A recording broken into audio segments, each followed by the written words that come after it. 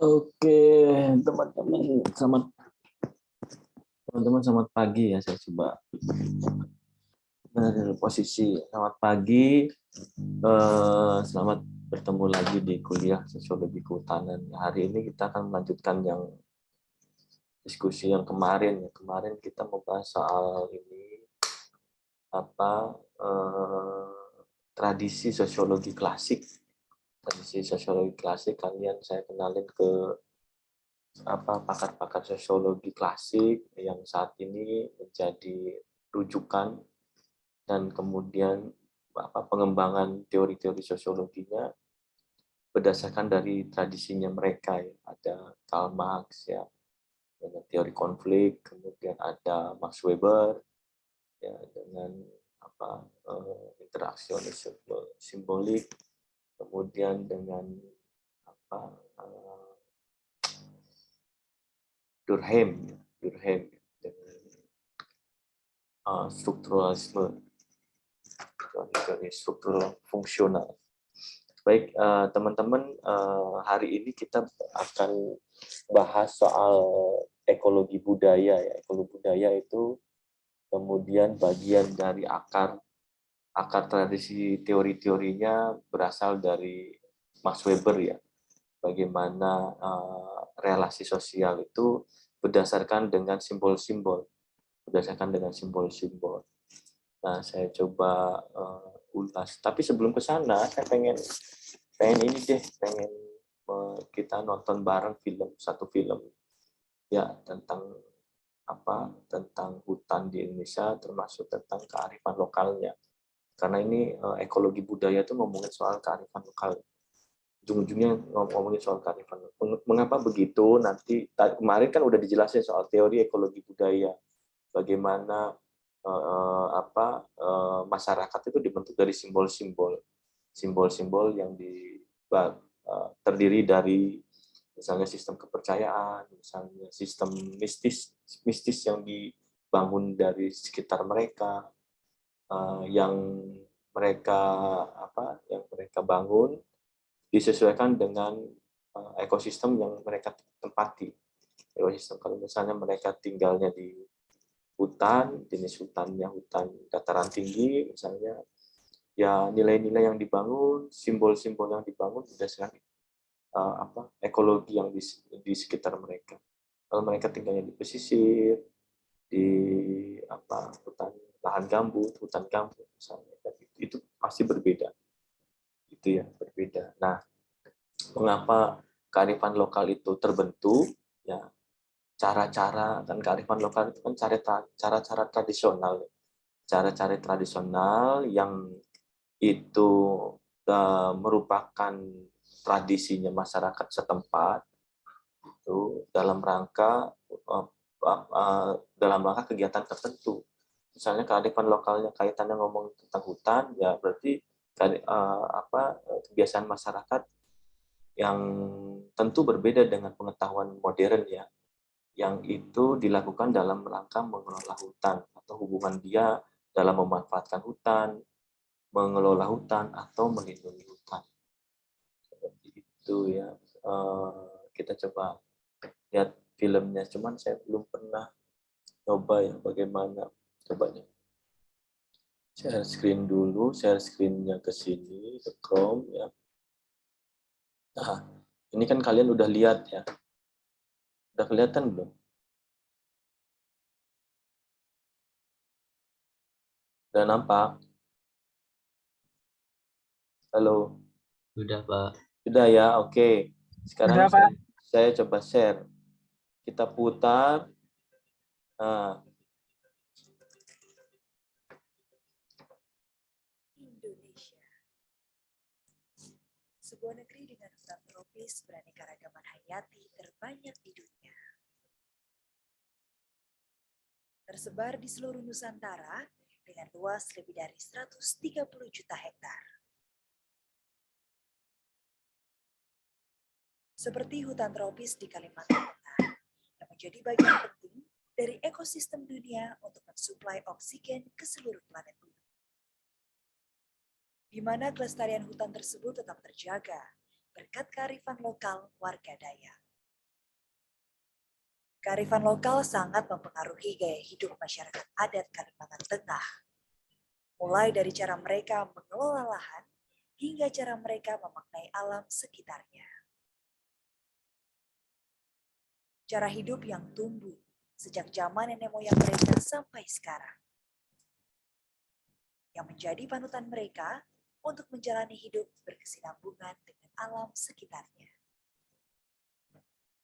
Konsep pelestarian lingkungan alam itu adalah sebagian dari falsafah hidup masyarakat Dayak, di mana keseimbangan hubungan manusia dengan manusia, hubungan manusia dengan alam, dan keseimbangan hubungan manusia dengan sang penciptanya tadi.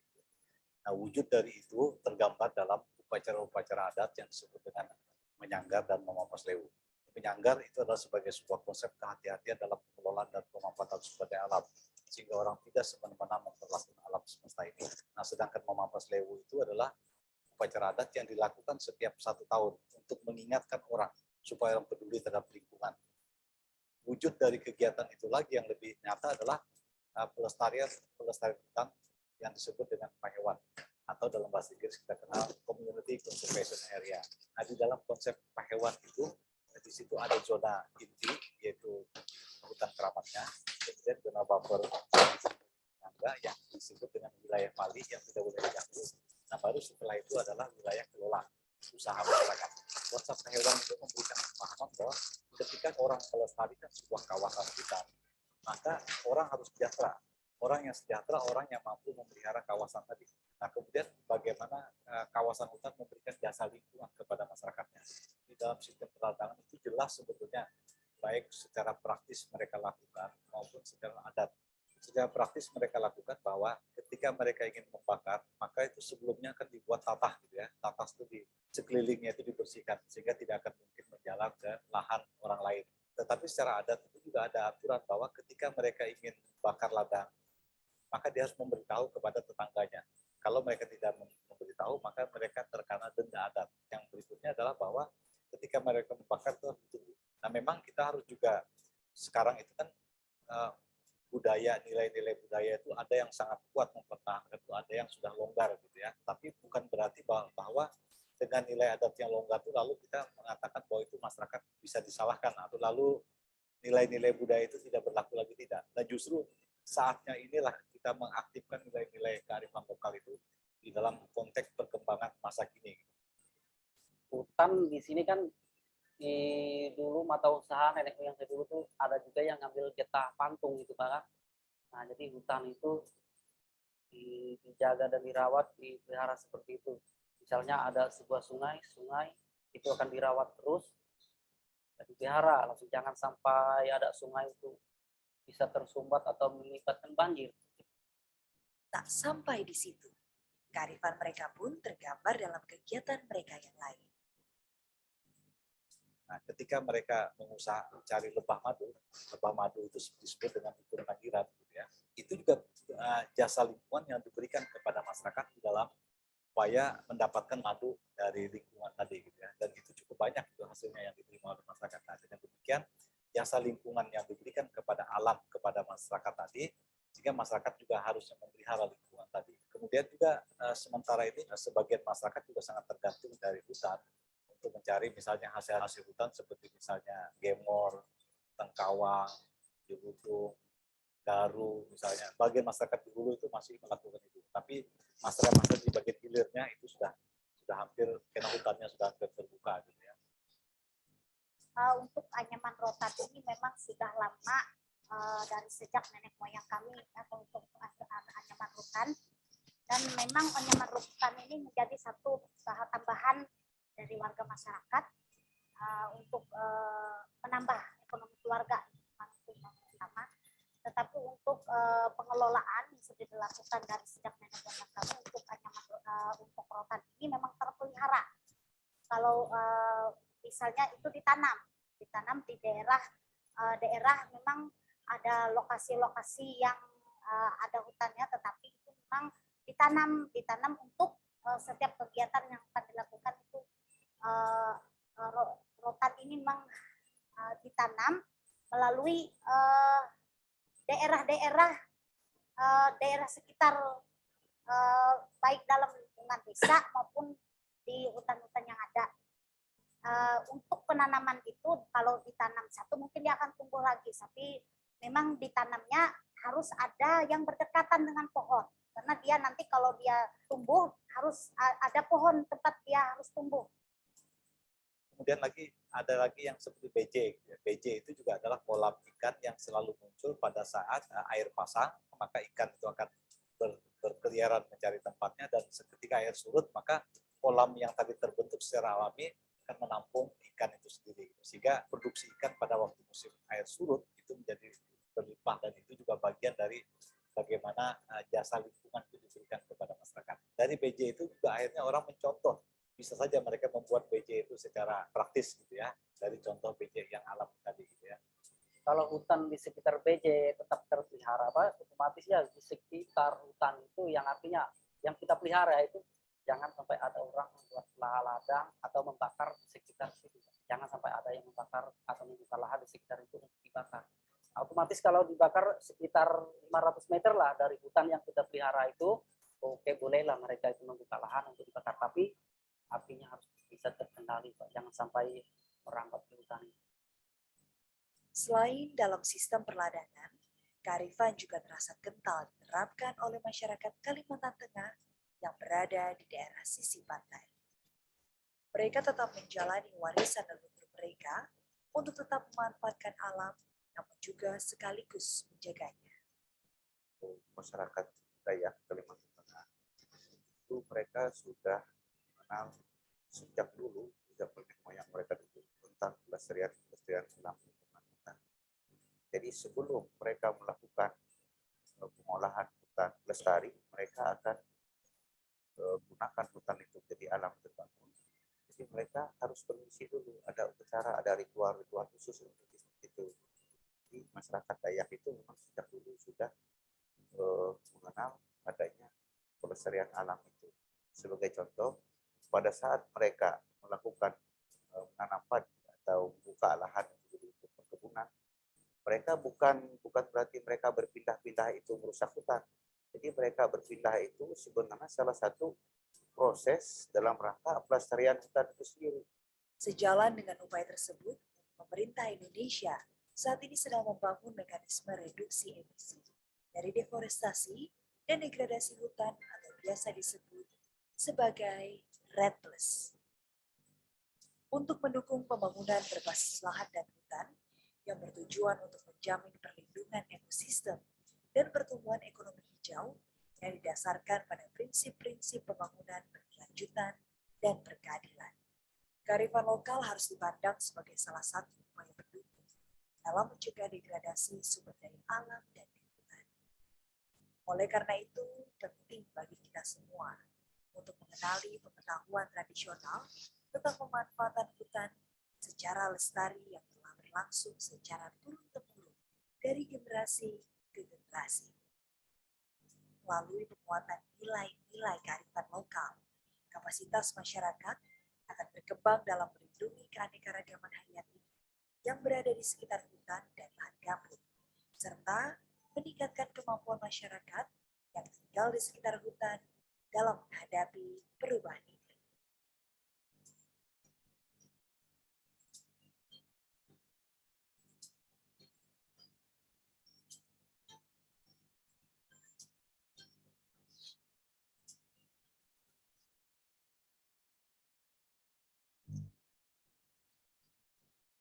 Oke ya, itu film lama sebetulnya, film dari lembaga BPRED ya, yang sudah diupload. Nah, BPRED saat ini sudah boleh.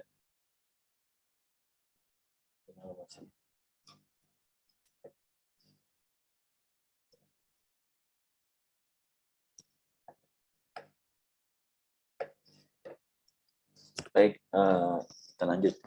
Teman-teman tadi sudah lihat ya, itu hanya sekilas ya, sekilas tentang hubungan antara hutan dengan masyarakatnya. Nah, di film tadi sebetulnya mengulas ke masyarakat suku Dayak. Nah, Dayak sendiri kan banyak ya, banyak subsukunya. Dan tiap subsuku ini sebetulnya memiliki pola-pola yang mirip dan pola-pola yang berbeda ya. Jadi ada yang miripnya, ada yang berbedanya. Nah, kami pernah beberapa kali meneliti suku Dayak dan berkunjung di Punan, suku Dayak Punan, kemudian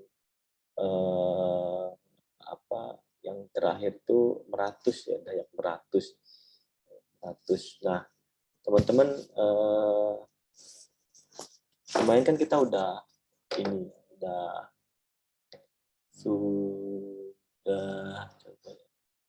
sudah membahas soal ini. Kemarin kita sudah membahas soal ini. Max Weber, Karl Marx, Emil Durkheim, dan ketiganya ini kemudian karena memiliki teoritisi yang agak berbeda cara memandang dia tentang perilaku masyarakat, sehingga melahirkan sebuah bentuk-bentuk paradigma yang berbeda pula kaitannya dengan pembahasan hubungan manusia dengan alam atau dengan hutan, dengan alam, sumber daya alam, atau bisa dikatakan di sini adalah hutan. Nah, misalnya dengan saat ini bahwa pandangan-pandangan hubungan manusia dengan alam itu ada beberapa ya,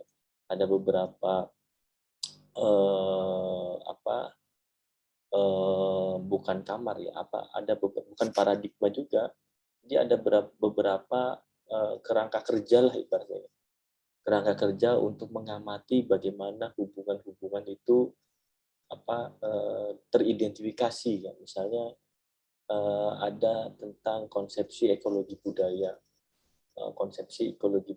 ada tentang konsepsi ekologi manusia, ada tentang konsepsi ekologi politik.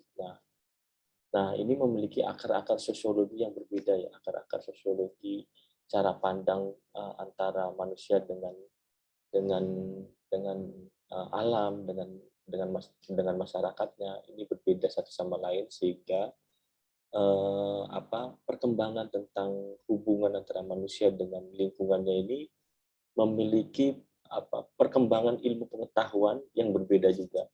Jadi ekologi politik juga bagian dari ilmu pengetahuan baru, ekologi budaya sama ilmu pengetahuan baru, ekologi manusia juga sama ilmu pengetahuan baru.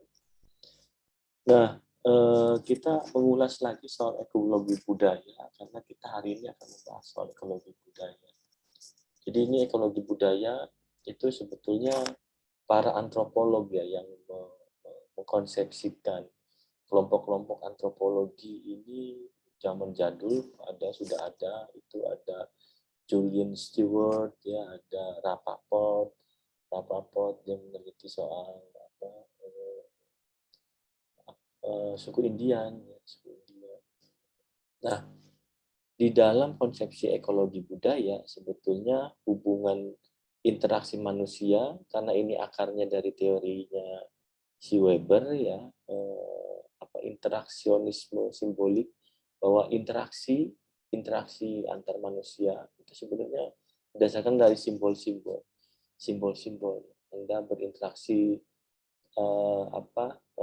berperilaku menghormati ayah kamu, orang tua kamu, karena ada simbol yang menyimbolkan tentang orang tua itu harus dihormati gitu kan. Kamu dengan sendirinya kamu akan menghormati karena terciptalah simbol-simbol atau makna-makna tentang orang tua. Begitu juga tentang alam ya. Nah, manusia memaknakan itu terus memaknakan hubungannya dia dengan alamnya, sehingga karena dia berdialektika di dalam perjalanan hidupnya bersama masyarakat, bersama komunitasnya yang berlangsung dalam mungkin ratusan ribu tahun, ya kita nggak tahu umur manusia berapa, ratusan ribu tahun, kemudian mereka berdialektika dengan alam, menciptakan simbol-simbol, sehingga ada yang namanya ibaratnya mitologi, ya ada namanya kemudian bahasa yang khas, ada alat-alat seni, alat-alat ada tarian-tarian, seni, ada seni, bahkan ada bentuk rumah, bentuk pakaian, bentuk senjata, itu bagian dari pemaknaan simbol-simbol yang diciptakan oleh mereka, oleh si komunitas ini. Jadi kamu kalau melihat ya beragam. Jadi kalau melihat simbol-simbol memaknai tentang mereka terhadap alam semesta dan lain-lain, ini keragaman antar suku bangsa kita di Indonesia dilihatnya bukan cuma cara praktek mengelola hutan saja, bisa kamu lihat di bentuk-bentuk rumah adatnya.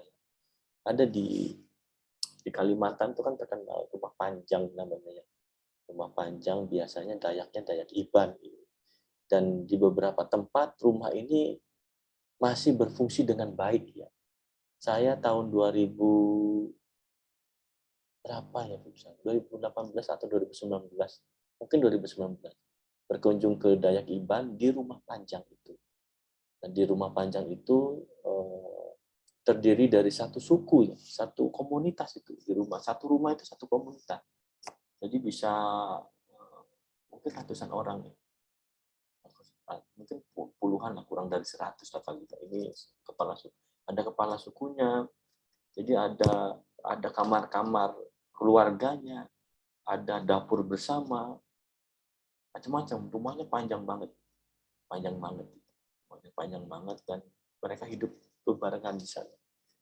Nah, ini kearifan lokal mereka begitu ya, istilahnya kearifan lokal akhirnya. Kenapa disebut istilah itu? Istilah kearifan lokal kan istilah baru ya. Istilah dulunya mah kan ketika ilmu pengetahuan dan sosial politik kita belum terlalu mengakui tentang itu ya, itu disebut orang-orang tradisional, orang-orang kuno gitu, orang-orang tradisional, orang-orang kuno.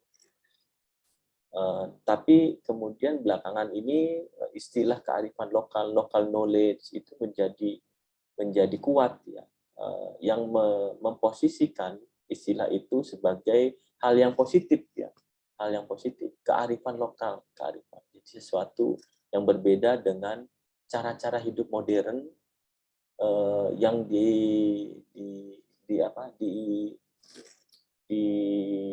dibangun dalam masyarakat modern ya, atau dalam pengetahuan yang modern. Nah, praktek-praktek begini pada masyarakat kecil atau suku-suku terpencil saat ini masih berlaku ya, masih berlaku. Jadi bahkan praktek-praktek begini tidak hanya masyarakat remote yang jauh di ujung hutan, enggak. Jadi yang kayak gini pun masih terpelihara pada masyarakat yang sudah mengikuti modernisasi. Jadi saya pernah ke Kalimantan Barat, kemudian kita ke desa yang sangat jauh ya, sangat jauh, pakai kapal gitu, ketek namanya ya, kapal kecil, perahu kecil ya, menuju ke sana itu bisa 4 jam, 6 jam ya, menyusuri sungai, kemudian itu ada masyarakat adat di sana. Tapi masyarakat adat di sana juga sudah mulai mengikuti modernisasi ya. Cara-cara kita melihat, gimana kita melihatnya ya dari mereka menggunakan televisi, mereka menggunakan alat-alat handphone, kemudian tidak ada pelarangan, tapi ritual-ritual tertentu ada ya. Nah, jadi ada juga yang memang sangat masih kuat ininya ya, masih kuat dan menghindari praktek-praktek yang terlalu modern. Kayak Dayak Iban yang saya lihat di rumah panjang itu nggak ada TV di sana ya, nggak ada televisi, listrik mungkin ada kalau tidak salah, listrik sudah masuk ke situ ya. Karena itu kalau dari jalan raya tidak terlalu jauh ya. Tapi bahwa praktek-praktek mereka menggunakan televisi yang bersifatnya komunal di rumah panjang kan rumah komunal, rumah bersama. Itu nggak bisa. Nah, teman-teman balik lagi ya. Jadi ekologi budaya itu konsep ekologinya ada budaya culture core ya, dan culture non core. Ada budaya inti, ada budaya non inti. Nah, budaya inti itu kaitannya ke teknologi, ya, organization, ya, kerja, environment, dan budaya non inti itu ke mitologi, ritual, seni, magic juga itu.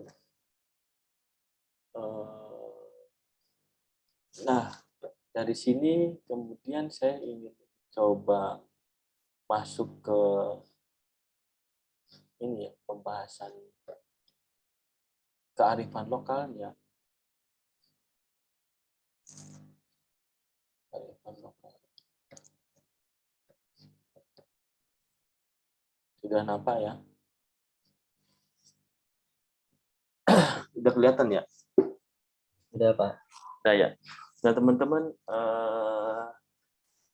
tadi ya, tiga tadi ekologi manusia, ekologi budaya, sama ekologi politik itu akan menjadi warna di kuliah ini. Dan tiap sesi ini saya coba akan kuatkan ya, mungkin ada 2 kali pertemuan tiap sesi-sesi dari 3 ini. Ekologi budaya mungkin 2 kali pertemuan, ekologi politik 2 kali pertemuan, kemudian ekologi manusia juga nanti 2 kali pertemuan. Nah, dengan kasus-kasus di kehutanan, dengan perspektif-perspektif yang berbeda-beda. Nah, kalau kita melihat ekologi politik, berarti ngomongin konflik kan, ngomongin konflik, nanti kasusnya apa, teorinya gimana, apa yang menyebabkan, relasi aktornya kemana. Nah, karena ini kita membahas ekologi budaya, itu ngomongin soal apa simbol-simbol, interaksi simbolik di antara masyarakat dan di antara masyarakat dengan lingkungannya. Nah, bahwa teman-teman bahwa Indonesia sudah menetapkan suku bangsa kita itu lebih dari 500 ya, 500 suku bangsa. Jadi banyak banget nih. Jadi dari suku Sunda, suku Jawa, kalau Jawa mah turunannya nggak ada ya. Tapi suku Dayak banyak turunannya. Dayak Meratus, Dayak Iban, Dayak Punan, Dayak Sungai Utik misalnya, dan lain-lain, banyak sub-sukunya kalau di Dayak. Nah, kemudian ada suku Kubu, ada suku Laido, saya pernah tahun lalu ke sana ya, ke Laido di Sulawesi Tengah itu. Kemudian ada Kaili, suku Kaili. Di Nusa Tenggara juga banyak ya, di NTT, terutama di NTT. Di Nusa Tenggara Barat ada suku Mandala, NTT ada yang lebih kental lagi, dan di Papua banyak sekali. Dan di sana malah perang antar suku masih terjadi. Gitu. Artinya komunitas berbasis suku itu memang menjadi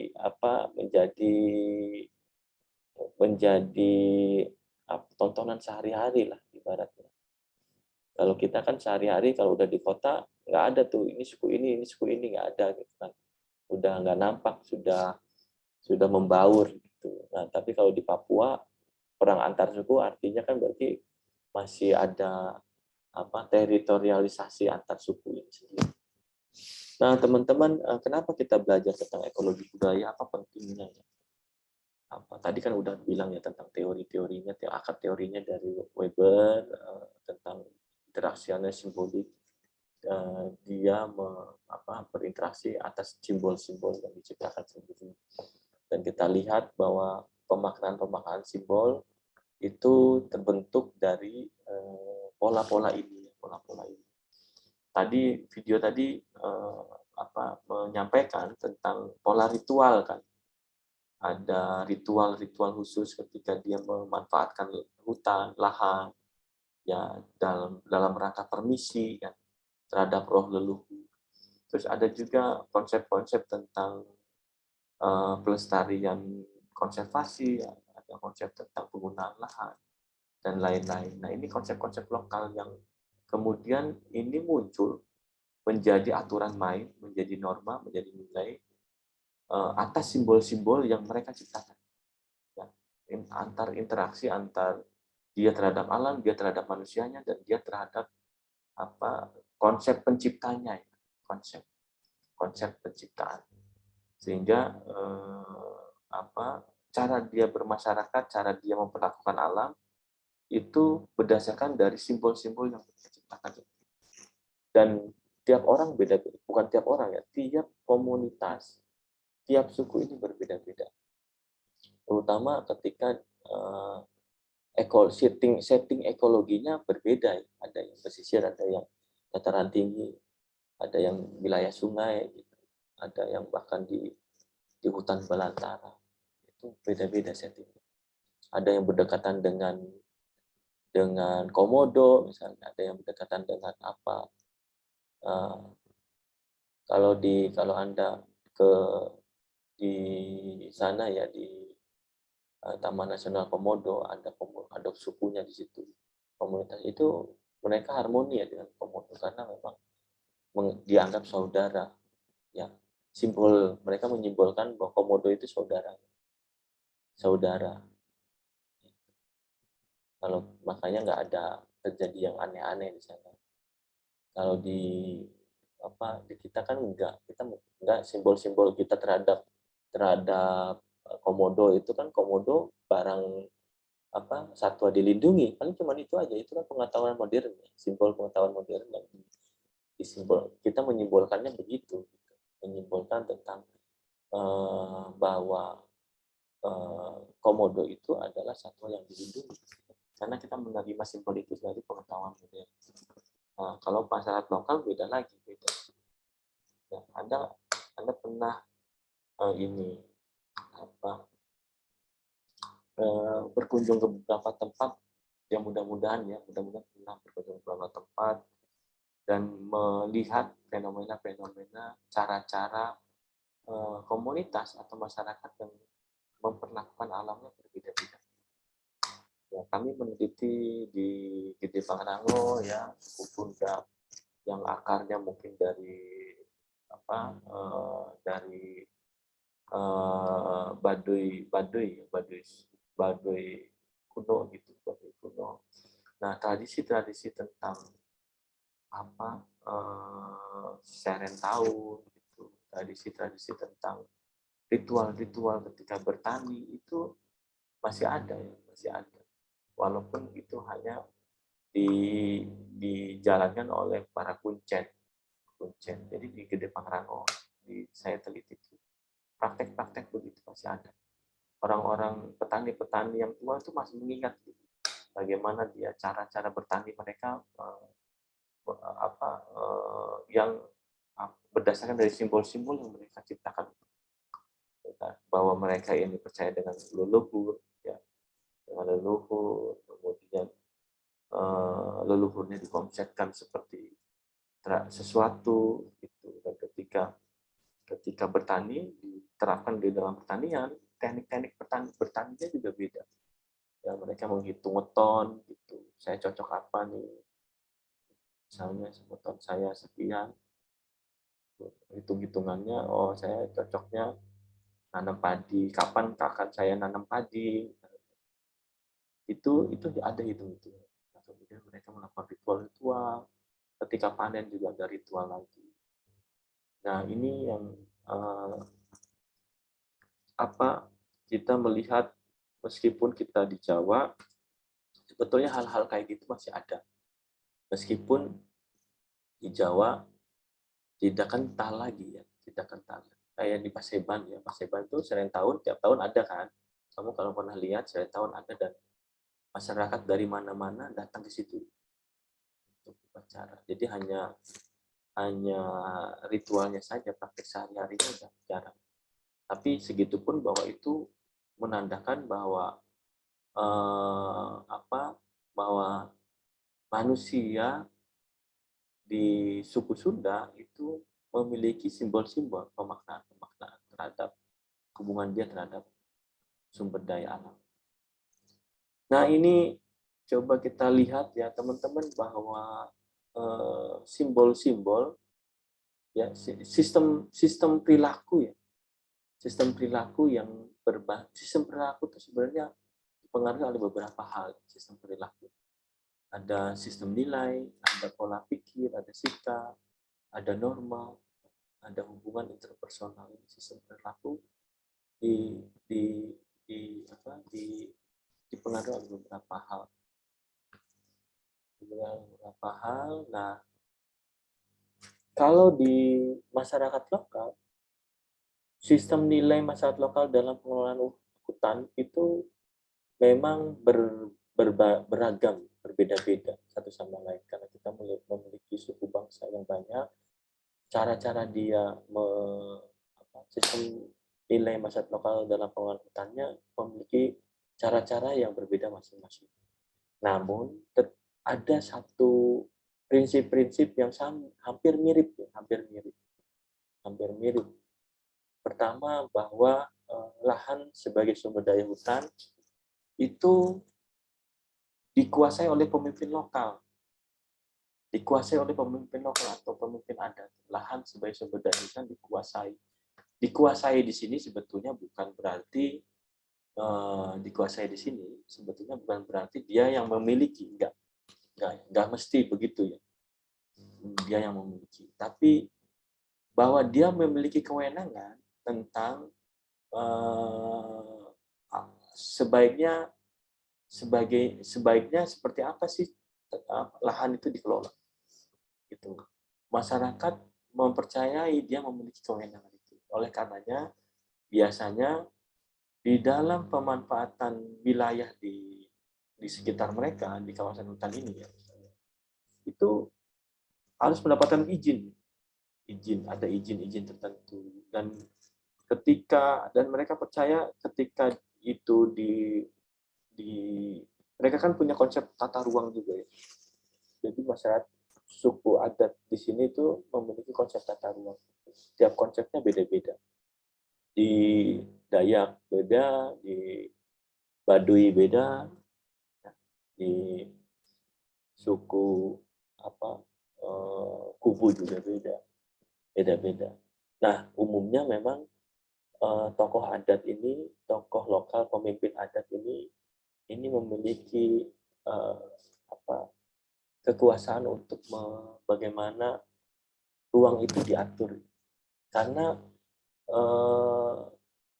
bagaimana ruang itu diatur sebetulnya bukan dari perspektif pengetahuan modern, tapi perspektif simbol-simbol ini. Karena tokoh adat dia dekat dengan bagian dari cenayang itu terhubung terhadap aspek-aspek spiritual. Ya, dia terhubung dengan roh leluhur, terhubung dengan nenek moyang gitu. Dia tahu, kayak misalnya saya teliti di masyarakat suku Sunda di Desa Sukatani, Gede Pangrango ya. Gede Pangrango itu ada kuncennya. Kuncen ini terhubung secara spiritual kepada siapa? Kepada sesepuh. Mereka nyebutnya sesepuh itu orang kokolot yang memang ada, dan itu sifatnya spiritual, tidak nampak gitu. Jadi kalau ke Gede Pangrango ya, itu ada musim angin besar. Nah, kata si Kuncen ini, kalau lagi musim angin besar itu tuh ada acara di gunung itu tuh, orang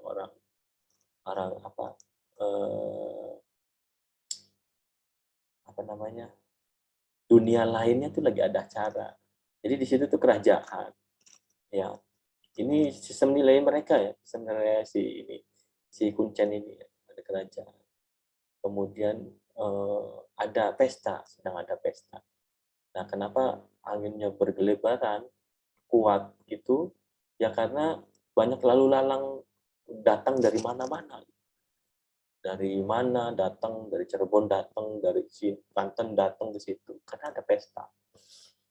Nah, beberapa kali sih sebenarnya si Kuncen ini kemudian dia dihubungi oleh apa ya, perwakilan di dunia gaibnya, bahwa misalnya ada pesan-pesan jangan naik gunung, ini ada acara gitu. Nah, ini bagian dari itu ya.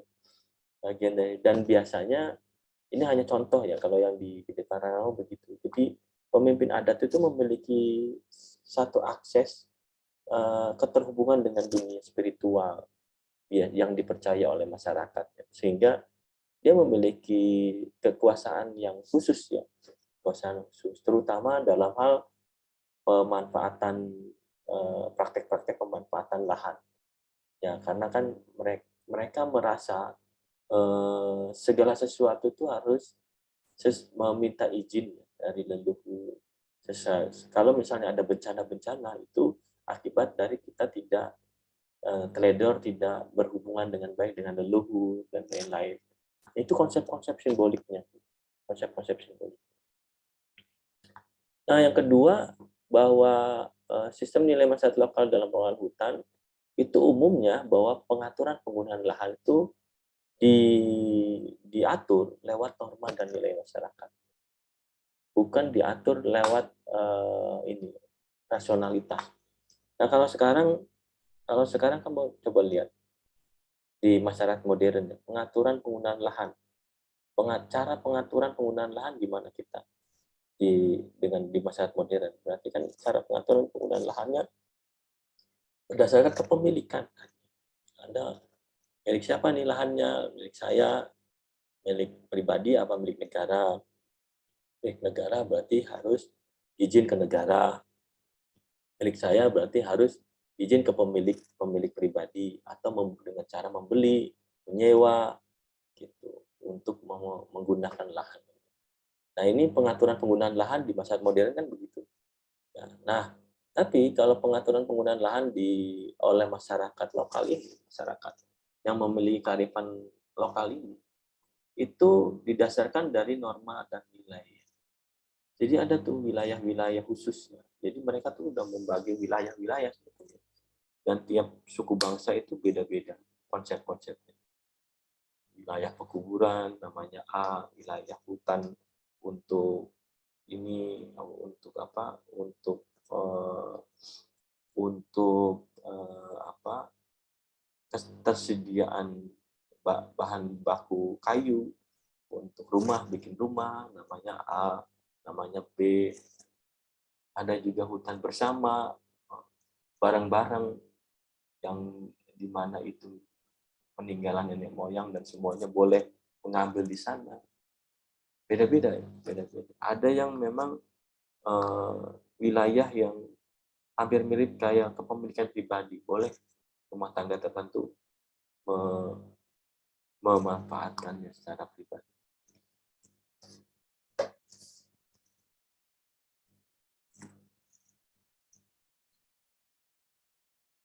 Oke ya, terus yang ketiga, karakteristik penggunaan lahan, sumber daya hutan, dan tata guna lahan tergantung dari karakteristik adatnya. Jadi ini karakteristik penggunaan lahan, penggunaan sumber daya hutannya, ini tergantung dari karakteristik sukunya atau adatnya. Jadi berbeda-beda. Yang Baduy konsepnya gimana, yang Dayak konsepnya gimana. Yang Dayak itu kan banyak tuh, ada Dayak Nuak, Dayak Iban, Dayak Punan, dan lain-lain. Dayak Punan biasanya hidup di pegunungan, ya, di gunung-gunung di dataran tinggi. Iban itu biasanya di dataran rendah. Ini memiliki pola karakteristik adat yang berbeda-beda. Dayak Iban biasanya rumahnya rumah panjang begitu. Kalau Dayak Punan dia terpecah-pecah, nggak dalam satu rumah besar. Beda-beda ya. Dan cara-cara dia karena dia hidup di komunitas yang berbeda, cara dia menyimbolkan berinteraksi secara simboliknya juga mungkin mengalami adaptasi beda-beda. yang sudah berjalan selama ratusan tahun, apalagi yang suku-suku yang benar-benar berbeda, yang jauh, satu sama lain jauh. Nah, ini yang menyebabkan karakteristik penggunaan lahannya beda-beda. Nah, karakteristik tata guna lahan juga berbeda satu suku sama suku yang lainnya. Tata guna lahan. Tata guna. Ada yang konsep, misalnya tadi di Dayak.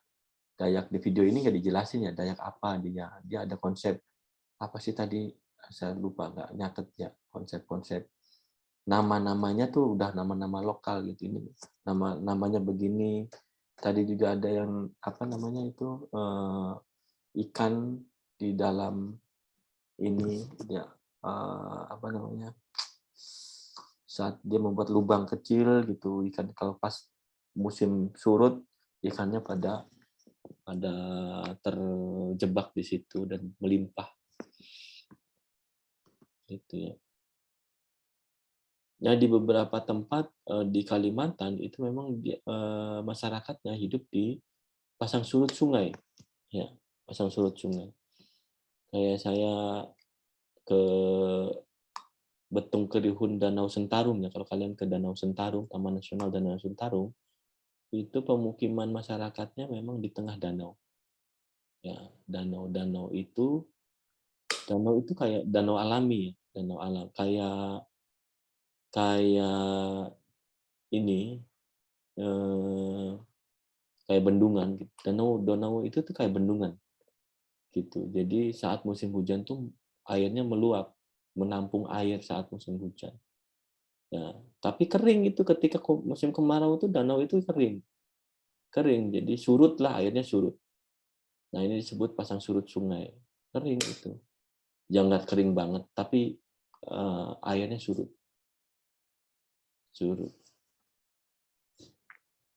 Nah, yang terakhir itu sistem nilai masyarakat lokal dalam pengelolaan hutan didasarkan pada norma leluhur, kepercayaan lokal. Jadi nilai-nilainya didasarkan dari norma leluhur.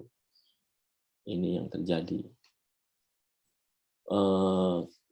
Bulan Desember kami FGD ya, fokus grup diskusi sama Dayak, masyarakat suku Dayak Paring Sumpit di Kalimantan Timur, kemudian dengan suku Lauje juga di Sulawesi, ya, terus Dayak Meratus di Kalimantan Selatan, ya, Kalimantan Selatan, terus suku Kaili Ledo juga di Sulawesi Tengah. Itu yang kami lihat memang meskipun mereka, yang kami lihat ya, kita coba sarikan resume, meskipun mereka juga kemudian sudah mulai termodifikasi ya, atau sudah mulai masuk dunia modernisasi ya, namun praktek-praktek tentang norma-norma nilai-nilai adat itu masih berjalan gitu, terutama karena tokoh-tokoh adatnya masih ada ya, tokoh-tokoh tuanya masih ada. Nah, memang aksesibilitas menjadi faktor ya. Aksesibilitas itu bagaimana mereka bisa terakses dengan dunia luar, kemudahannya sejauh mana. Semakin dia susah diakses, semakin perubahan sosialnya tidak berjalan cepat gitu. Tapi semakin dia mudah diakses, semakin dia bisa berinteraksi dengan orang lain. Dan ini yang berangsur-angsur mereka beradaptasi terhadap, karena dia bergaul ya sama orang lain, simbol-simbolnya udah berubah lagi kan. Berinteraksi terhadap simbol-simbol baru kan. Dia berinteraksi, dia mengenal uang. Nah, kemudian simbolik-simbolik tentang uang, alat pertukaran dan lain-lain itu sudah mempengaruhi. Jadi itu ya. Jadi di Kaili Ledo aksesnya jauh banget ya. Bahkan di sana miris ya, miskin-miskin. Anda bisa lihat di YouTube suku Kaili Ledo itu, di kalau nggak salah Kompas TV dia ngituin ininya. Dan bulan Desember kami ke sana saya pengen kalau ada kesempatan saya juga pengen ke sana lagi. Karena masyarakatnya unik dan kayaknya perlu sekali dibantu. Sekolah-sekolah pada tutup di situ tuh karena guru-gurunya nggak ada yang mau nginep di situ karena saking jauhnya. Jadi masyarakat kecilnya umur 4 tahun 5 tahun tuh udah disuruh kerja karena nggak ada aktivitas ya, kerja membuat bibit untuk tanaman, membantu di ladang. Ya kumal-kumal, pasti pakaiannya kumal-kumal karena memang ini miskin. Mereka bertani dan mengambil damar di hutan adatnya. Mereka menghasilkan damar-damar, dan damar-damar itu bagian dari penghidupannya mereka juga. Gitu. Ada yang memiliki motor. Kalau nggak punya motor, ya mereka jalan kaki ke bawah, ya, atau pakai perahu. Jadi dia jual alat hasil bumi itu, mereka bikin rakit, menyusuri sungai, turun ke bawah itu disusurinya lewat pakai sungai. Ya, karena kalau dia nggak punya motor masalahnya, nggak punya motor, jauh kan, motornya juga harus motor yang kuat, berbukit-bukit nanjak. Nah, kalau nggak punya motor, dia menjual hasil buminya pakai perahu rakit yang dia bikin, ya, terus mengendarai perahu rakit itu, ya, sampai ke bawah, ke dekat sekitar desa yang relatif banyak pemukiman modernnya, dan mereka menjual hasil bumi di situ. Termasuk menjual perahunya itu. Jadi bambu-bambunya sekalian dijual, ada yang sudah siap penampung-penampungnya. Jadi nggak ada yang sia-sia. Pulangnya jalan kaki. Menuju ke sana jalan kaki lagi, pulang. Gitu, udah unik ya, memang asik. Sebelum lanjut, saya pengen kita ini dulu, ada pertanyaan nggak dari film tadi, kemudian sekilas diskusi saya menyampaikan itu kira-kira gimana, ada yang mau ditanyakan?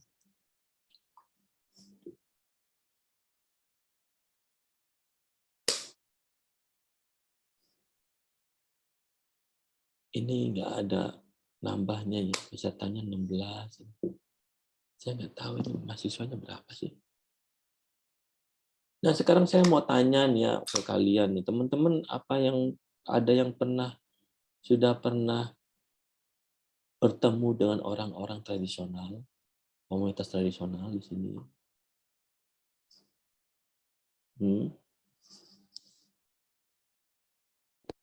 Belum pernah, Pak.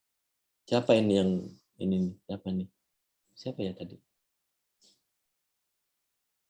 Tadi yang ngomong siapa? Pernah, Mardiatul Faus. saya Pak Mardiatul. Pernah? Kamu pernah? Mardiatul pernah? Belum pernah, Pak. Oh, belum pernah ya, belum pernah. Oke. Akhirnya pernah. Yang lain? Oh, kurang jalan-jalan kamu. Coba kamu jalan-jalan. Itu. Saya beberapa kali sudah pernah, Pak. Kemana? Ini siapa ini yang ngomong ada? Saidina. Oke. Kamu? Saya ke Kapuas Hulu di 2009. Oke. Kamu Kapuas Hulunya di mana? Di Kabupaten Kapuas Hulunya? Di Mahakam Hulu. Ini di Kapuas Hulu, perbatasan antara.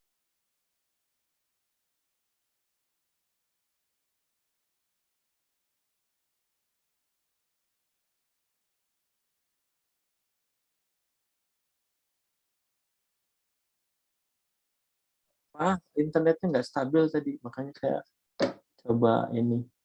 Gimana, Saidina, bisa cerita nggak tadi kamu kemana ke? Iya, kamu bisa cerita? Halo, Said. Ya.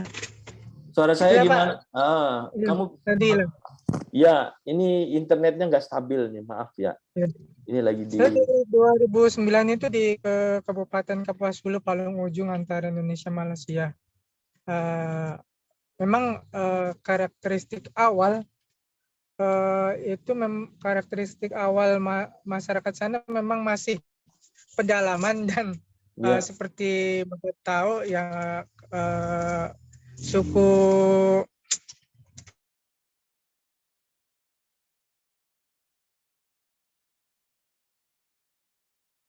seperti hutan keramat, hutan adat, di mana dengan aturan adat yang ada di suatu komunitas sistem rumah betang, itulah mereka menjaga salah satu cara mereka menjaga sumber daya alam hutan yang ada di sekitar mereka. Mereka kemana-mana memang karena perbatasan dengan Malaysia, jadi walaupun mereka pedalaman, mereka sudah mengenal kendaraan, tapi kendaraan dari negara Malaysia. sebelah ya. Dari Malaysia. Jadi tapi untuk seperti yang Bapak ketahui, untuk jual beli komoditas pertanian, hasil pertanian masih ada yang masih antar komunitas itu ada yang masih menggunakan barter. Ada juga yang sudah menggunakan uang, tapi uangnya masih pakai uang ringgit. Jadi memang kearifan lokal menjadi salah satu salah satu cara untuk melindungi hutan-hutan yang masih ada. Itu Pak. Oke ya, good ya, bagus ya. Kapuas Hulu saya juga pernah ke sana, ke Kapuas Hulu di suku Iban itu yang saya kunjungi juga di daerah Kapuas Hulu, di Rumah Betang itu juga Kapuas Hulu. Kemudian ada di suku Punan mungkinnya itu di Tanjung Lokang yang saya cerita harus nyusurin pakai perahu kecil sekitar 6 jam sampai 7 jam ke sana. Ya memang apa yang disampaikan sama si Mas Saidina ini betul ya. Di Kapuas Hulu itu berbatasan dengan Malaysia, bahkan produk-produknya juga ada yang dari Malaysia. Jadi wafernya, cikinya dan lain-lain kita ngelihat apa di Malaysia juga apa produk-produk Malaysia.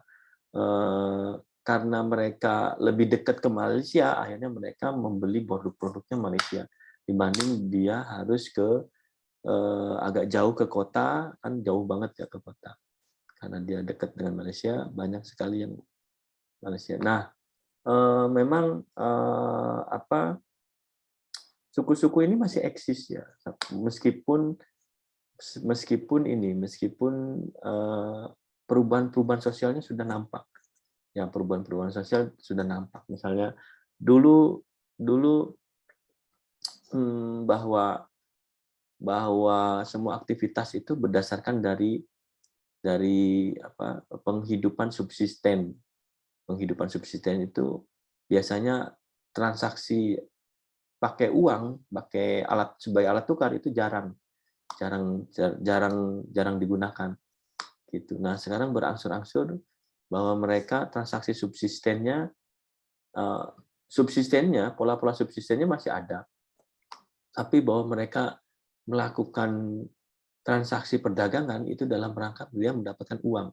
Uang itu dia pakai juga untuk membeli sesuatu yang mereka tidak bisa produksi. Gitu, mereka membeli motor itu kan tidak bisa mereka produksi. Mereka membeli pakaian, pakaian juga harus pakai uang kan, tidak bisa mereka produksi. Membeli gas misalnya, atau membeli minyak tanah, bensin dan lain-lainnya, atau membayar SPP anak gitu, itu kan harus pakai uang, nggak bisa pakai ini lagi membawa ayam, kambing dan lain-lain lewat barter gitu, jarang lagi. Tapi bahwa mereka melakukan kegiatan subsisten gitu, jadi bertani mengelola hutan dalam rangka memenuhi kebutuhan rumah tangga dia, dimakan oleh dia sendiri, sebagian mereka jual untuk transaksi perdagangan yang moneter. Moneter itu agar dia dapat duit, dapat uang, dan uang itu dipakai untuk semata-mata dipakai untuk membeli sesuatu yang tidak bisa mereka produksi. Gitu. Karena pola-pola barter udah jarang ya, meskipun di beberapa tempat masih ada, tapi udah jarang banget ketika uang itu sudah efektif sebagai alat tukar. Nah, ini yang paling umum terjadi perubahan sosialnya ini. Hanya bahwa rasionalitas mereka masih tradisional sebetulnya. Tradisional itu mereka nggak mengeruk keuntungan sebanyak-banyaknya, nggak punya, ya nggak seperti perubahan sosial yang terjadi di masyarakat kota ya. Jadi udah rasional banget bahwa untung rugi itu udah menjadi rasional banget. Nah kalau di sini nggak, jarang gitu, masih belum. Baik, ada lagi yang lain boleh cerita soal pengalamannya?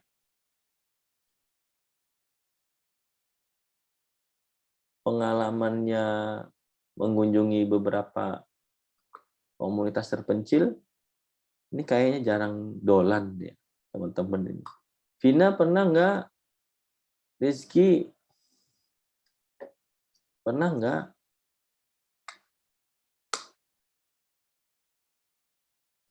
Lydia,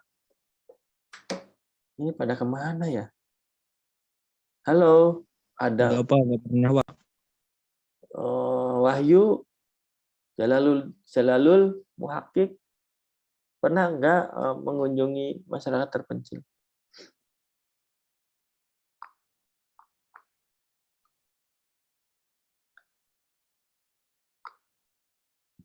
Kalau nggak ada lagi yang mau cerita, kita lanjut ya ke yang tadi ya, mana sih? Ini.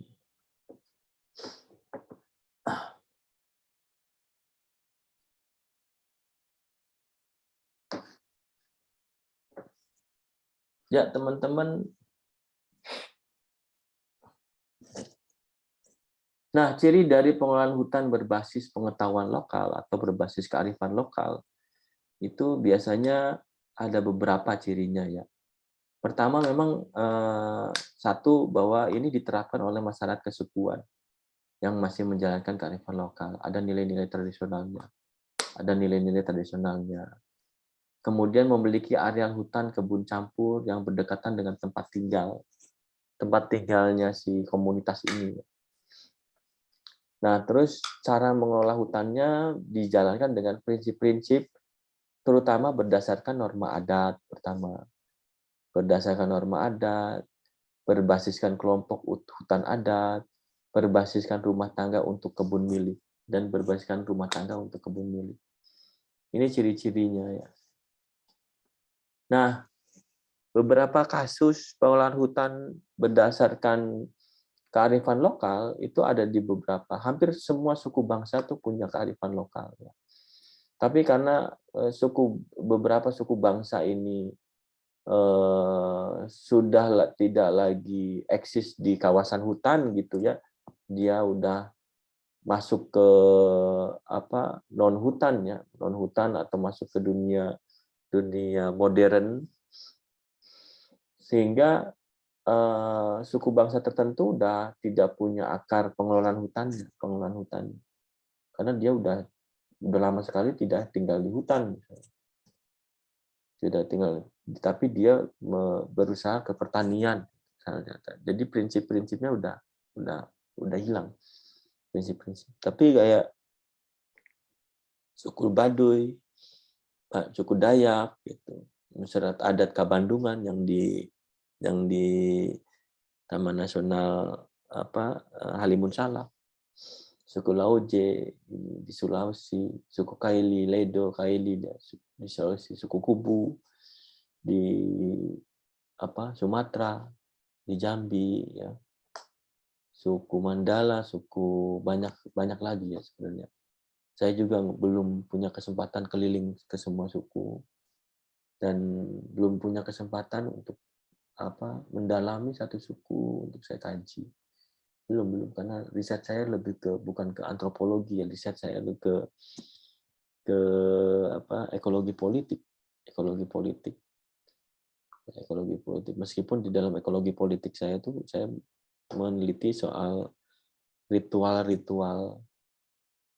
Jadi saya meneliti ritual juga ya, disertasi saya meneliti ritual. Tapi yang saya teliti ritualnya adalah perlawanan petani terhadap petugas kehutanan ya, Taman Nasional di sini.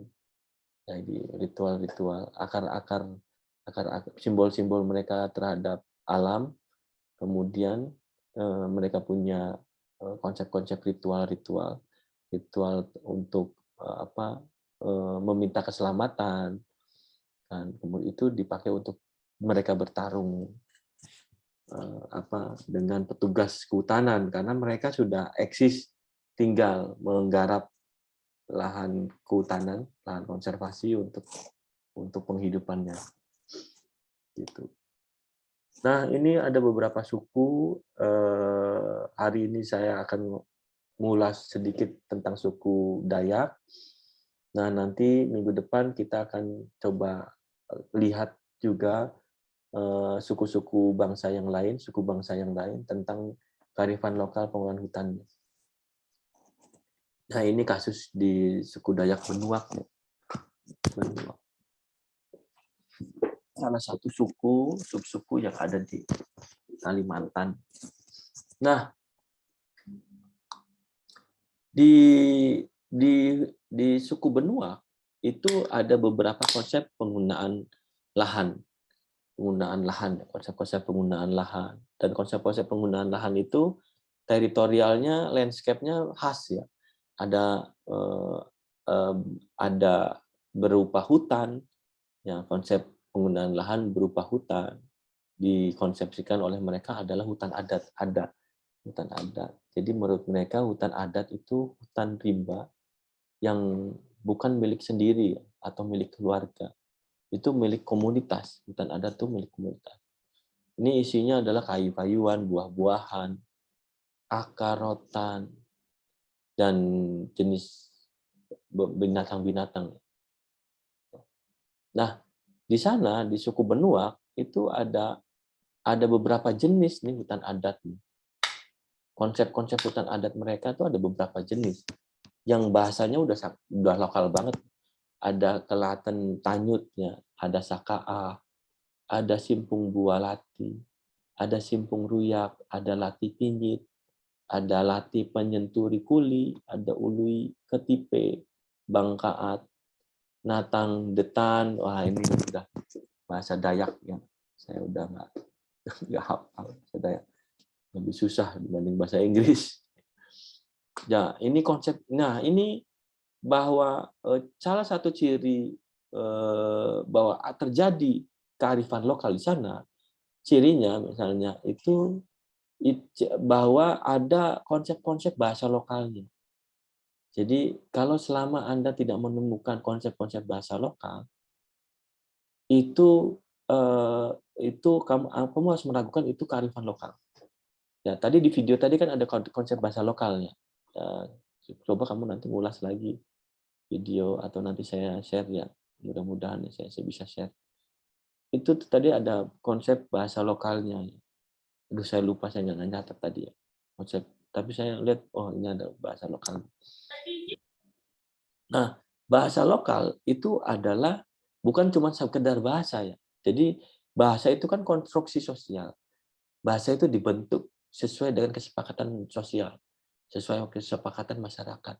Makanya ketika sudah ada bahasanya, di situ pendefinisian itu biasanya sudah mewujud menjadi praktek-praktek kehidupan sehari-hari. Ya, Anda lihat misalnya kita kalau bahasa Sunda apa sih? Sunda ada istilah, pernah nggak dengar istilah sunyil? Pernah dengar nggak istilah sunyil? Jawa apa Sunda saya lupa. Jawa kan. Nah, di suku bangsa yang lainnya itu istilah-istilahnya juga khas ya. Di Baduy juga kita nemuin pasti khas. Nah, ini saat ini kita belajar soal hutan adat suku Benuak. Nah, kemudian ada Kelatin Tanyut pertama. Konsep Kelatin Tanyut ya. Ini namanya Kelatin Tanyut. Konsep hutan adatnya adalah hutan adat yang banyak pohon, disinggahi oleh lebah penghasil madu. Pohon-pohon ini biasanya tumbuh secara belum-ombok menjadi milik desa. Namun pribadi atau keluarga dapat memiliki untuk menjaga, mengambil manfaat asal mendapatkan izin dari mantiik namanya. Mantiik itu kepala suku. Setiap jenis pohon memiliki konsekuensi denda adat yang berbeda-beda jika ada warga yang merusaknya. Jadi ini Kelatin Tanyut ya. Tadi kan kita membahas soal beberapa hutan adat suku Benuak, dan hutan adat suku Benuak itu ada tujuh tipe hutan adat. Ini hutan yang dimiliki oleh semua orang, jadi tidak dimiliki oleh perorangan atau keluarga. Gitu. Nah, Kelaten Tanyut ini tadi, Kelaten Tanyut itu ciri-cirinya biasanya banyak madunya di situ. Di hutan itu banyak madunya. Ya, tapi tidak boleh merusak nih. Untuk ngambil madu, memanfaatkan madunya ini harus izin dulu kepada kepala suku. Makanya kan tadi saya bilang bahwa kepala suku itu dia punya kekuasaan, tapi kekuasaan di sini bukan pemilik. Kekuasaan di sini lebih ke arah dia tuh memiliki legitimasi gitu. Siapa yang boleh, siapa yang enggak. Gitu. Karena masyarakat percaya bahwa dia itu menjadi penghubung antara dia dengan nenek leluhur, roh leluhur, penghubung. Makanya karena mereka tidak mau ada bencana-bencana yang akan terjadi, dan ketika dia sinergi dengan apa yang diharapkan oleh leluhur mereka, mereka itu akan harmoni, tidak ada bencana, terhindar dari bencana, mara bahaya dan bencana. Dan yang memiliki akses informasi terhadap nenek moyang itu ya kepala suku, karena dia terhubung konsep. Makanya apa-apa dia harus izin dulu ke kepala suku. Kalau di Dayak itu istilahnya mantiik. Kalau Dayak ini, Dayak Benuak ini mantiik. Halo, siapa nih yang ini? Coba di mute dulu. Coba di mute dulu.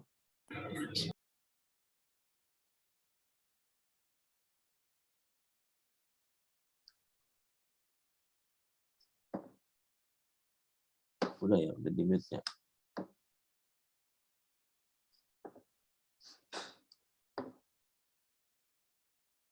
Baik, kita lanjut ya. Kita lanjut. Nah, kemudian ada istilah sakaah. Apa itu sakaah? Sakaah itu hutan adat juga. Tapi sakaah ini, kalau menurut suku Benuaknya ini, sakaah ini tempat kejadian kematian seseorang. Jadi di sini tuh kayak ini lah, angker lah ya. Berapa orang mati akibat jatuh dari pohon, mati terbunuh, bunuh diri, disambar petir. Nah, ini dianggapnya oleh masyarakat adat di sana itu sebagai tempat lokasi kuburan. Ya, tempat lokasi kuburan. Karena di situ ada juga silsilah, ada mati di sana, pernah ada yang meninggal di sana di hutan itu gitu. Makanya biasanya cocok dijadiin lokasi kuburan, tempat menyimpan atau menguburkan orang-orang yang sudah meninggal. Ya. Beda lagi kalau di Dayak kan nggak terlalu ribet ya, orang yang meninggal ya ada ritual mungkin tapi nggak terlalu ribet, nggak kayak di Toraja, nggak kayak di Sulawesi ya. Di Sulawesi itu malah orang meninggal itu kalau belum ada anggaran pestanya, meninggal itu harus dipestain. Kalau nggak ada meninggal pestanya ya dikubur, dia belum dikubur. Ada juga yang konsepnya meninggal itu disimpannya di rumahnya. Nah, jadi rumah dia itu ditaruh aja di situ. rumah itu. Makanya kalau saya pernah ke Sulawesi kemarin tuh, kita lihat itu kok ada beberapa rumah yang mangkrak, yang itu katanya kuburan gitu. Rumah itu kuburan. Jadi itu ya. Nah, berikutnya simpuk buah lati. Simpuk buah lati ini, simpung buah lati itu apa sih gitu di suku Benuak ini, konsep-konsepnya. Nah, menurut mereka simpung buah lati ini adalah hutan adat yang pohon dan buah-buahannya tumbuh secara alamiah, ya, yang disebabkan oleh aktivitas hewan dan air. Nah, setiap orang tuh boleh mengambil buah-buahan dari tanah ini. Kalau simpung buah lati beda dengan yang tadi ya, yang banyak madu. Nah, yang kelayan tanjut kan kudu izin kepada kepala suku. Kalau simpung buah lati nggak perlu izin. Biasanya nggak perlu izin. Di suku Benuak ini nggak perlu izin karena itu orang udah tahu bahwa itu milik umum. Buah-buahan yang tumbuh di situ itu boleh digunakan oleh masyarakat sukunya. Nah, ada kemudian simpung ruyak ya. Simpung ruyak itu hutan adat yang ditumbuhi berbagai pohon dan biasanya dijadikan bahan bangunan. Untuk dijadikan bahan bangunan. Jadi tanah ini biasanya ya dilestarikan juga karena memang untuk untuk membangun rumah ya, untuk membangun rumah. Dan warga dilarang membuat ladang di lokasi itu. Jadi karena memang kalau di konsep kehutanan kita ini hutan produksinya lah, HTI-nya gitu, hutan tanaman industri. HTI hutan tanamannya, ini konsep hutan tanaman. Nah, di suku Dayak Dayak Benuak ini simpung ruyak ini adalah tempat pohon kayu keras itu tumbuh dan sebagai simpanan cadangan masyarakat setempat itu untuk membangun rumah. Ya. Membangun rumah itu kan kalau beda dengan kita ya. Rumah terus diperbesar gitu. Satu orang punya beberapa rumah, satu keluarga. Enggak, di sana enggak gitu. Enggak gitu. Jadi kalau begitu nah habis nanti hutan ini. Dan di sana memang enggak. Jadi cadangan itu untuk menyiapkan para rumah tangga baru. Ya, rumah tangga baru. Jadi mereka kan hidupnya rukun sederhana ya. Tidak berdasarkan rasional untuk mencari keuntungan yang sebesar-besarnya bagi yang belum terjadi perubahan sosial di masyarakatnya. Jadi simpung ruyak ini adalah kawasan hutan yang memang buat cadangan untuk membuat rumah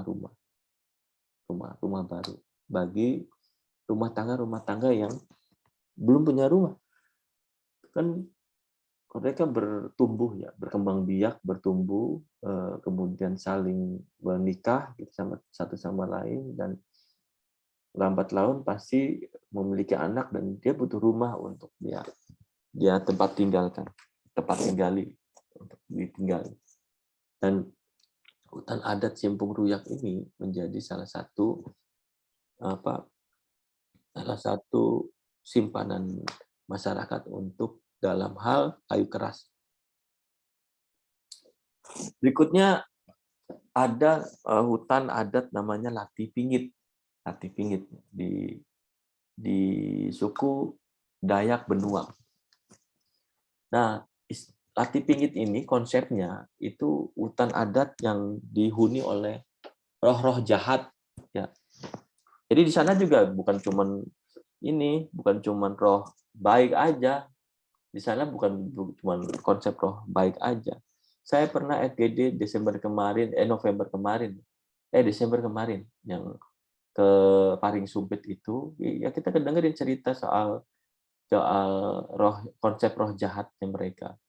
Roh jahat. Makanya mereka harus selalu minta izinnya. Jadi ada konsep roh jahat itu.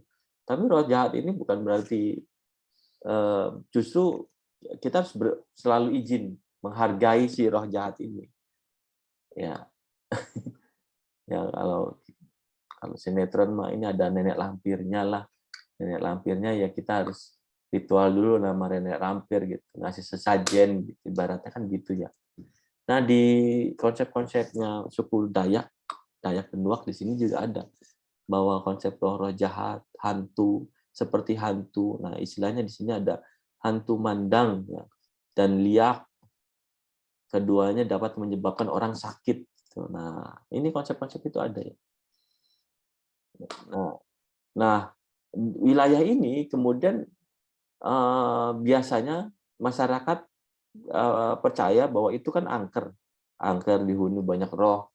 Tapi karena dia itu angker gitu, orang-orang yang berani ini dijadikan untuk tepat-tepat dia itu mencari atau mengasah dunia spiritualnya dia atau bertapa lah. Itu bertapa, menguji diri, bertapa gitu. Nih, ini makanya hutan-hutan ini hutan-hutan angker yang dihuni oleh roh-roh jahat. Dan tempat untuk bertapanya orang-orang yang pengen bertapa. Kalau nggak mau bertapa ya nggak bisa. Nah ini ya, jadi ada roh-roh jahat seperti hantu mandak liak yang menyebabkan orang sakit. Nah teman-teman, jadi konsep sakit di sana juga beda, bukan medis ya. Dari sisi pandangan kearifan lokal mereka itu konsep sakit juga beda dengan pengetahuan modern. Kalau kita sakit perut, kita nggak identifikasikan salah makan apa nih gitu. Wah, saya makan sambal, makan ini, oh obatnya apa biasanya kan. Kan gitu ya. Salah makan sambal, salah ini. Kalau di sana enggak, di sana kearifan lokal dan hampir semuanya ya. Hampir semua suku bangsa yang masih mempercayai kearifan lokal bahwa konsep sakit mereka itu dihubungkan dengan konsep spiritual biasanya. Nah, dihubungkan dengan roh-roh penunggu, dan kita juga masih percaya ya itu kerasukan, itu disihir. Bahkan kita kan kadang begitu juga gitu. Itu waras-waras iya sakit. Buat naon tuh kamari ka iya kaleuweung gitu. Kaleuweung itu aya ieuna meureun aya jinna meureun kan. Konsep kita kan begitu ya, jin. Yang itu kenapa kita berkembang begitu? Konsepnya adalah jin, ada setan. Karena agama Islam sudah berkembang di masyarakat kita kan. Makanya konsep simbol-simbol kita tuh simbol-simbol yang kaitannya dengan pengetahuan yang kita peroleh ya lewat agama Islam, simbol-simbolnya. Nah, kalau orang-orang Dayak kan bukan Islam ya. Orang-orang Dayak tuh sebetulnya dia itu ada Hindu dan Kristen itu sebenarnya ininya ya. Ini legalitasnya dia ketika dia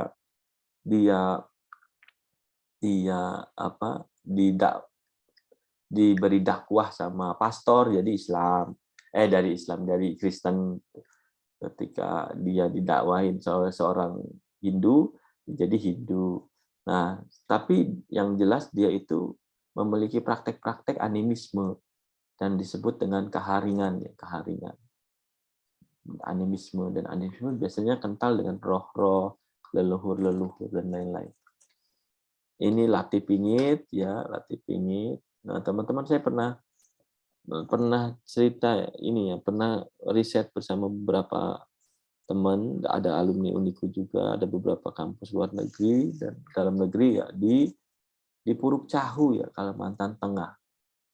Nah, satu malam tuh saya waktu itu kan kami bergabung dengan peneliti sosial dari beberapa negara ya.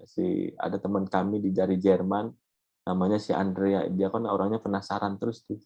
Penasaran, satu ketika dia tuh dengar ada nanti ada satu malam ya ada ritual penyembuhan. Jadi upacara penyembuhan sakit. Jadi ada orang yang sakit agak lama, dan ada dukun yang biasa mengobati. Nah, malam itu ya kita ke situ, nonton aja, lihat aja, nonton, lihat. Nah, praktek-prakteknya ya gitu ya, praktek-prakteknya tuh ini praktek menyembuhkan orangnya ya, praktek dia ya kayak dukun gitu ya. Bagaimana? Tapi dukunnya beda ya, mungkin jinnya juga beda. Beda ya. Kalau kita kan kalau melihat ke dukun tuh yang kita kasih kan air putih, terus apa ya, terus menyan bakar menyan, kemudian dikasih apa gitu. Oh, pokoknya gitulah. Nah, kalau ini beda, dia ya agak ini juga agak unik juga ya. Kalau itu ada iya, ada ramuan-ramuannya juga, diolesin juga ada pakai dedaunan juga, dikebas-kebasnya juga ada. Ya agak unik gitu. Tapi bahwa konsep-konsep apa, kearifan ini kan bagian dari kearifan lokal. Kearifan lokal tentang kesehatan juga itu akibat dari simbol-simbol yang digunakan, dipercaya oleh komunitas tertentu. Simbol ini. Jadi interaksi simbolik konsepnya Weber. Kemudian ada latih punyunturi kuli ya.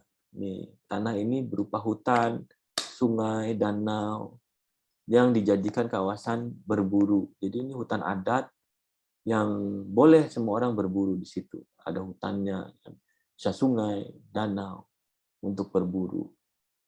Ya, bisa berburu secara perorangan atau secara berkelompok. Ya. Nah, di sana di sana berburu itu jadi aktivitas yang biasa ya. Ya kayak berladang gitulah. Jadi umum gitu. Orang tuh bekerja itu ya jadi orang tuh bekerja itu ya berburu, berladang gitu. Umum di sana itu. Jadi seolah-olah kayak sesuatu yang biasa. Karena livelihood mereka, penghidupan mereka itu ya subsisten gitu. Mereka berburu meramu, berladang, subsisten. Mereka menjual juga seadanya karena untuk bisa mendapatkan alat tukar ya, uang, berupa uang, agar mereka bisa membeli sesuatu yang tidak bisa mereka produksi. Nah, misalnya garam, mereka kan nggak bisa produksi. Dia harus beli, dan belinya pakai uang. Nah, ini terus satu cerita saya di situ juga, di daerah yang saya teliti ya, di Puruk Cahu. Kami pernah satu event tuh kami diajak berburu. Wah, asik juga nih. Ya karena teman-temannya juga pada asik juga, teman-teman bulenya juga semangat gitu, pengen tahu ya. Jadi saya tuh pernah dapat foto, kita di foto mau berburu tuh ada fotonya, aduh saya lupa ya. Di mana fotonya itu? Jadi kita di foto ada yang pakai tombak, pakai bawa tombak kan. Apa namanya? Pakai keranjang Dayak gitu. Nah, tentu mereka udah punya sepatu buatnya, mereka udah pakai biasa sepatu karena lintahnya banyak ya di sana. Lintah, pacet. Karena saya juga agak agak protek dengan lintah, saya pakai pakaiannya yang tertutup semua kan.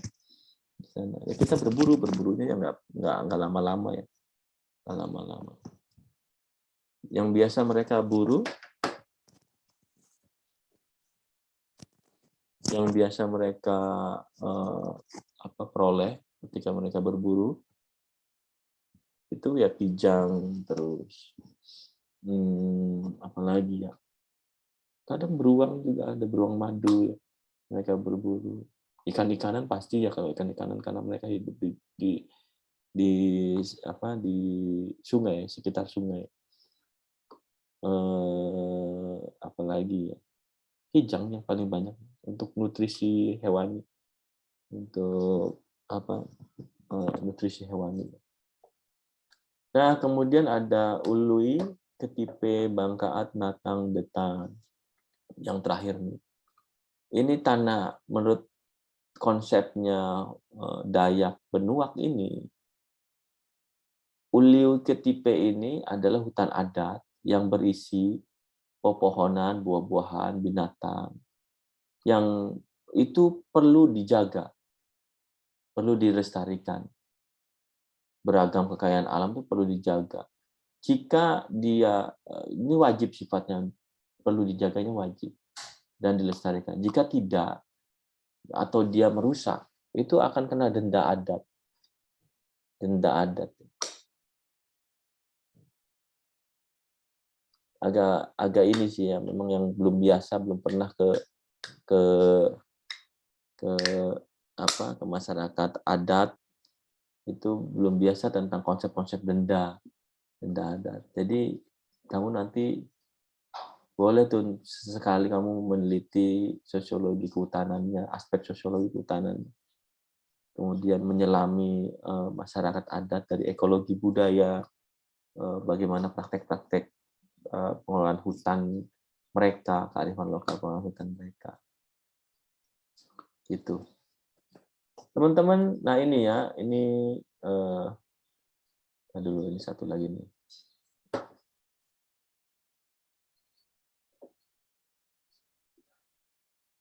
Oh, udah.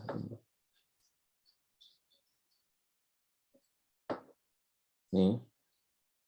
Ya ini ya, ada beberapa. Jadi di sana itu berdasarkan ciri status hutan dapat dibedakan atas. Nih. Ya ada urat batang, ada sipung bunan, kebon duku, ewe, tuelet, lati rempuk, lati laja. Ini hutan-hutan berdasarkan status hutan, ya. Ciri dan status hutannya.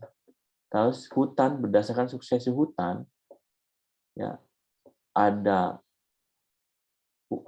bengkar bengkalun atau bengkar tuhak. Ini kalau kita sebut, kalau di bahasa pengetahuan modern namanya hutan primer. Mereka menyebutnya dengan bengkar bengkalun, ya, atau bengkar tuhak, hutan primer. Ada bengkar urak, hutan sekunder, hutan yang udah berubah, bengkar urak. Ada urat bateng, ya, atau bateng. Ini hutan sekunder muda. Jadi masih muda ya, 10 sampai 15 tahun. Ada baling batang. Usia hutannya itu 7 sampai 10 tahun. Ada kalewako, ada baber, ada uma. Uma itu huma, ladang. Jadi ladang itu suksesi hutannya 1 tahun. Jadi teman-teman, di dalam teori suksesi hutan, ya di pengetahuan modern, ini konsep suku Benuak, Dayak Benuak ini pun ada istilah-istilahnya dia, ya, yang menyatakan tentang suksesi hutan. Nah, suksesi hutan ini bagian dari pola tradisionalnya mereka untuk menjalankan ladang berpindah. Ya. Ladang berpindah, mereka tidak akan menempati lagi atau menggarap lagi menjadi huma pada hutan-hutan yang suksesi hutannya belum mencapai bengkar bengkalut. Ya, bengkar bengkalut. Jadi biasanya mereka akan mengubah itu jadi huma dulu. Uma itu huma, ladangnya dibersihkan, dibakar, ya, dengan tadi harus izin ke beberapa lokasi kanan kiri, dan saat adatnya harus ada ritual juga. Kemudian itu ditanamin tanaman pertanian. Mereka untuk bertani itu penting, ya, karena mereka butuh pangan mereka itu padi, namanya padi gogo, ya. Ada istilah padi gogonya ada beda-beda.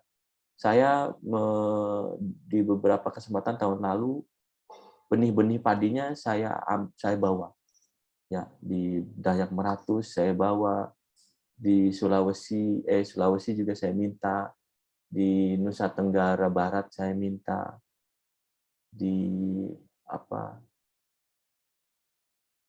yang paling yang paling unik di Dayak Paring Sumpit, ya. Jadi saya nggak boleh minta, kecuali orang Kristen boleh ngasih. Jadi nggak boleh dikasih gitu.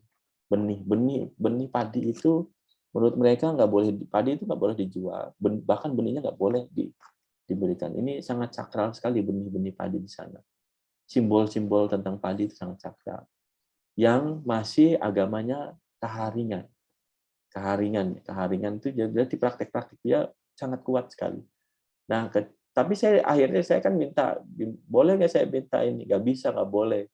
Kemudian boleh itu sama orang itu. Kan, orang itu nanti kasih orang itu kan bagian dari rapat itu juga ya. Nah, pas saya tanya kenapa hanya orang itu yang boleh kasih? Karena dia sudah Kristen katanya. Kalau Kristen, ya berarti ikatan adatnya udah boleh, diperbolehkan, tidak ada denda dan lain-lain. Jadi saya dapat dari orang itu kasih. Jadi unik ya teman-teman. Nah, jadi istilahnya antara pengetahuan modern sama kearifan lokal itu sebenarnya mirip ya. Tapi karakteristik kearifan lokal itu dikembangkan oleh mereka berdasarkan simbolik-simbolik yang sudah berjalan selama ratusan tahun, ratusan ribu tahun kali ya, selama manusia itu berhubungan dengan hutan, gitu. Dan saat ini arahnya kemana? Saat ini praktek-praktek kearifan lokal itu masih ada. Ya, perubahan sosial pun terjadi memang terjadi perubahan-perubahan sosial. Kemudian ada yang ke arah bahwa mereka beradaptasi dengan dunia modern.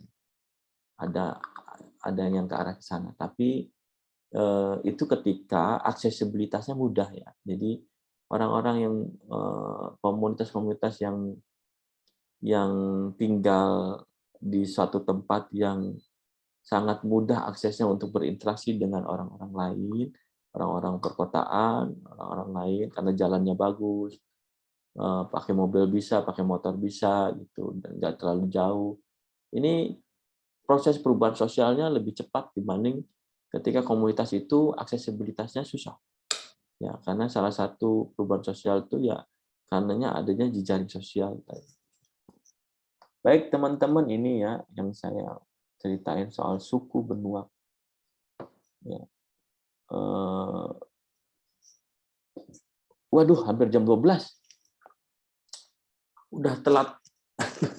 Udah panjang banget ya. Baik teman-teman, gimana, ada pertanyaan enggak? Saya nggak ingat jamnya.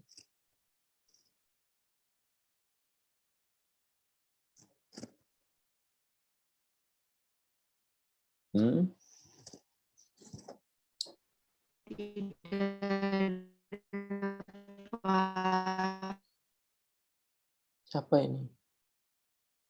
Nggak kedengeran. Coba diulang. Gimana? Ada pertanyaan?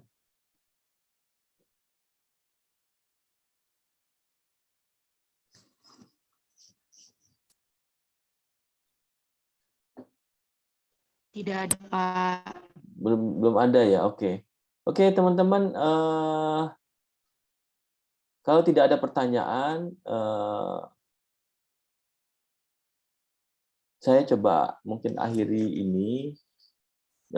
Silakan ya Anda mendalamin lagi tentang kearifan lokal. Anda bisa belajar lewat internet. Silakan Anda coba baca-baca, cari sendiri bagaimana praktek-praktek kearifan lokal pengelolaan hutan oleh masyarakat lokal, didasarkan dari suku bangsa. Kemudian coba Anda ini kan berdialektika juga, sejauh mana kearifan lokal ini bisa menjadi satu tumpuan dalam pengelolaan hutan kita, pengelolaan modern hutan kita. Gitu. Baik, kalau tidak ada pertanyaan, saya coba akhiri. Terima kasih banyak ya atas waktunya siang ini. Mohon maaf agak molor waktunya. Baik, terima kasih banyak. Saya akhiri. Salam sehat. Assalamualaikum warahmatullahi wabarakatuh. Waalaikumsalam. Waalaikumsalam warahmatullahi wabarakatuh. Terima kasih, Pak. Terima kasih, Pak. Sehat selalu. Terima kasih. Oke. Terima kasih, Pak. Oke. Terima kasih, Pak.